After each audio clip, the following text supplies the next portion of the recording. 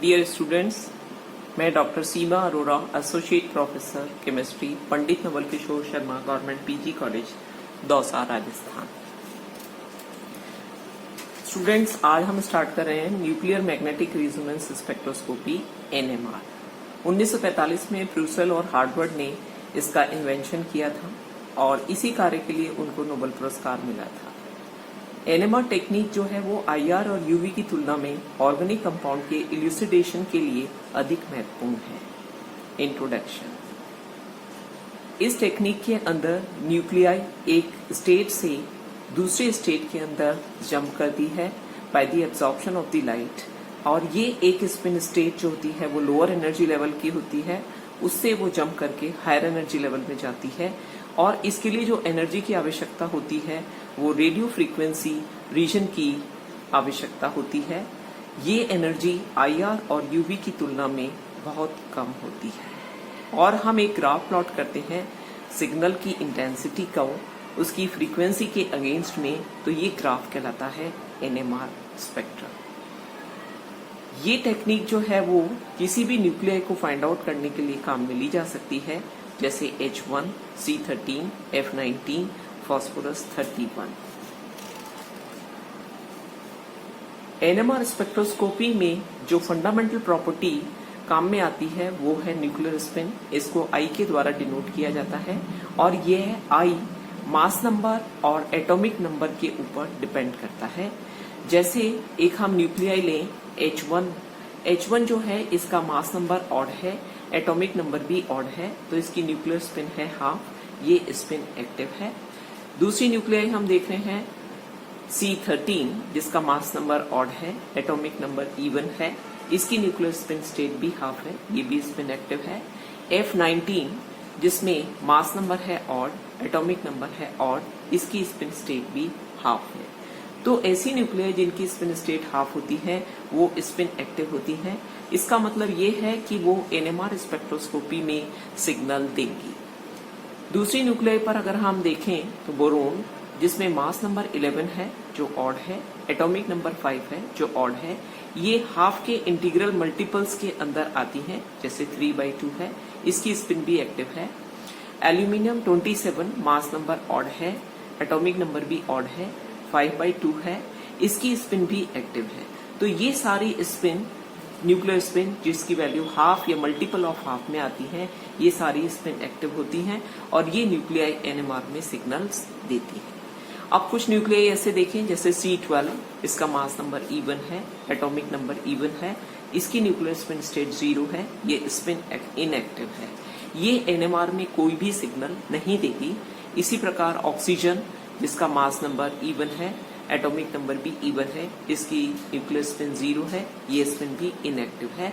तो कार्बन 12 और ऑक्सीजन 16 जो है वो कोई भी आपको सिग्नल नहीं देगा एनएमआर के अंदर। इसी तरीके से नाइट्रोजन 14 जिसका मास नंबर इवन है, एटॉमिक नंबर ऑड है, इसकी न्यूक्लियर स्पिन स्टेट है 1, ये स्पिन एक्टिव है, सिग्नल देगा, लेकिन ये सिग्नल इतना ब्रॉड होगा कि हमारे लिए कोई सिग्निफिकेंट नहीं होगा, अर्थात हमें उसे इल्यूसिडेशन में कोई हेल्प नहीं मिलेगी। ठीक इसी तरीके से H2 जिसका मास नंबर इवन है, एटॉमिक नंबर ऑड है, इसकी भी न्यूक्लियर स्पिन 1 है। तो ये दोनों न्यूक्लियाई जो है वो एनएमआर में कोई भी हेल्प नहीं करेंगी, इनकी स्पिन एक्टिव होने के बावजूद भी एक ब्रॉड सा सिग्नल हमें मिलेगा। मोस्टली न्यूक्लियर स्पिन को हम किसी कार्बन पर या किसी भी हाइड्रोकार्बन के ऊपर कितने प्रोटॉन है उसको ज्ञात करने के लिए काम में लिया जाता है, और ये प्रोटॉन जो है वो नेचर के अंदर एबंडेंटली अवेलेबल होता है। इसलिए इस एनएमआर स्पेक्ट्रोस्कोपी को पीएमआर स्पेक्ट्रोस्कोपी भी कहा जाता है, अर्थात प्रोटॉन मैग्नेटिक रेजोनेंस या H1 एनएमआर स्पेक्ट्रोस्कोपी भी कहते हैं। तो जब भी हम कोई न्यूक्लियस लेते हैं या न्यूक्लियस होता है वो अपनी एक्सिस के चारों तरफ घूमता रहता है, और इसके घूमने से, इसके घूर्णन करने से इसमें एक मैग्नेटिक फील्ड जो होती है वो क्रिएट होती है। और जब मैग्नेटिक फील्ड क्रिएट होती है तो न्यूक्लियस एक छोटे से चुंबक की भांति काम करता है। ये जो न्यूक्लियस है ये अपनी एक्सिस के चारों तरफ घूमता रहता है। इसका घूर्णन कुछ ऐसे ही होता है, प्रिसिशनल ऑफ टॉप, जैसे हमने बचपन में एक लट्टू को घुमाया है, वह लट्टू कुछ समय तक तो सीधा घूमता रहता है अपनी एक्सिस के चारों तरफ, लेकिन जब उस पर ग्रेविटेशनल फोर्स काम करता है तो वो अपनी एक्सिस से दाएं और बाएं पर मूव कर जाता है और डगमगाने लगता है। ये कहलाता है spin axis of the top. ये डायग्राम जो है ये बताता है कि न्यूक्लियस अपनी स्पिन के चारों तरफ घूम रही हैं और एक ये छोटे मैग्नेटिक बार की तरह काम कर रहा है। लेकिन जब इन न्यूक्लियाई को किसी मैग्नेटिक फील्ड में रखा जाता है, जैसे मान लीजिए ये H0 एक्सटर्नल मैग्नेटिक फील्ड है, तो आप देखेंगे कि ये न्यूक्लियाई जो है वो दो तरह की स्टेट्स के अंदर अरेंज हो गई हैं। एक स्टेट तो ये है जिसमें न्यूक्लियर मैग्नेटिक रिजोनेंस से जो मैग्नेटिक फील्ड क्रिएट हो रही है उसकी डायरेक्शन अप्लाइड मैग्नेटिक फील्ड की डायरेक्शन के सेम है, इसे कहा जाता है अल्फा स्पिन स्टेट। और दूसरा सेट ऐसा है जिसके अंदर इनकी जो न्यूक्लियर मैग्नेटिक डायरेक्शन है वो अप्लाइड मैग्नेटिक फील्ड के अपोजिट है, इसे बीटा स्पिन स्टेट कहा जाता है।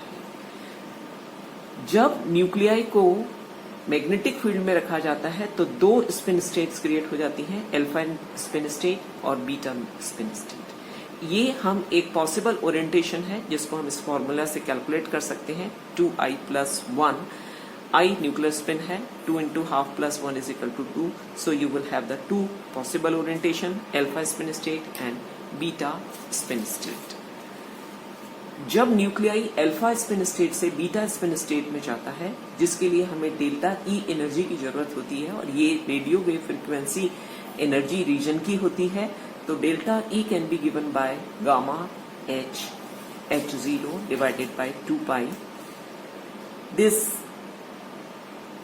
Can be calculated by delta E is equal to H nu को हम इसके अंदर यहाँ पर रखेंगे तो हमें ये इक्वेशन मिलती है और हम कह सकते हैं nu is equal to gamma H0 upon 2 pi. यहाँ पे गामा फ्रीक्वेंसी इन हर्ट्ज है, H0 है वो अप्लाइड मैग्नेटिक स्ट्रेंथ है in gauss, and gamma is a nuclear constant that is magnetogyric ratio. For H1 proton it is 26,750। तो जब nuclei alpha spin state से beta spin state में जाता है, जिसको हम प्लस हाफ स्पिन स्टेट भी कहते हैं, प्लस हाफ स्पिन स्टेट से माइनस हाफ स्पिन स्टेट में जाता है, तो कुछ समय बाद ये अपनी एनर्जी रिलीज करता है और वापस से ग्राउंड स्टेट में आता है, तो हमें एक सिग्नल मिलता है।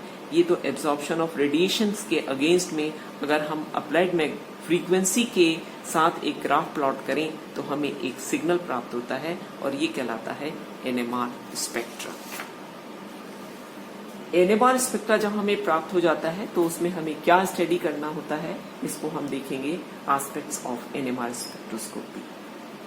स्पेक्ट्रा में हम सबसे पहले देखते हैं कि उसमें कितने सिग्नल्स आए हैं, यानी जितने तरह के प्रोटॉन्स होते हैं उसमें कंपाउंड में उतने ही तरह के सिग्नल्स आते हैं। इसको हम इक्विवेलेंट प्रोटॉन्स कहते हैं जो सभी एक ही जगह आते हैं, और जो नॉन इक्विवेलेंट प्रोटॉन होते हैं तो वो अलग अलग जगह पर आते हैं। तो नंबर ऑफ सिग्नल्स ये बताता है कि किसी भी कंपाउंड के अंदर कितने टाइप के प्रोटॉन्स हैं। दूसरा, उस सिग्नल की पोजीशन क्या है, वो पोजीशन जो है वो उसके एनवायरनमेंट के बारे में बताती है कि प्रोटॉन का एनवायरनमेंट क्या है। उसके बाद हम देखते हैं उसकी इंटेंसिटी कितनी है। इंटेंसिटी से मतलब है वो कितना एरिया कवर करता है, उसकी एरिया के अंदर कितने प्रोटॉन्स आते हैं, वो उसकी प्रोटॉन की काउंटिंग की जा सकती है। और लास्ट में हम इसको देखते हैं इस सिग्नल की स्प्लिटिंग कहाँ पर हुई है। ये स्प्लिटिंग कहलाती है spin spin coupling, which reveals that number of the protons on the neighboring carbon atom। यानी उसके पड़ोस वाले कार्बन एटम के ऊपर जितने भी प्रोटॉन होंगे उससे वो कपल करती है और उसके आधार पर उसमें स्प्लिटिंग होती है। Thank you.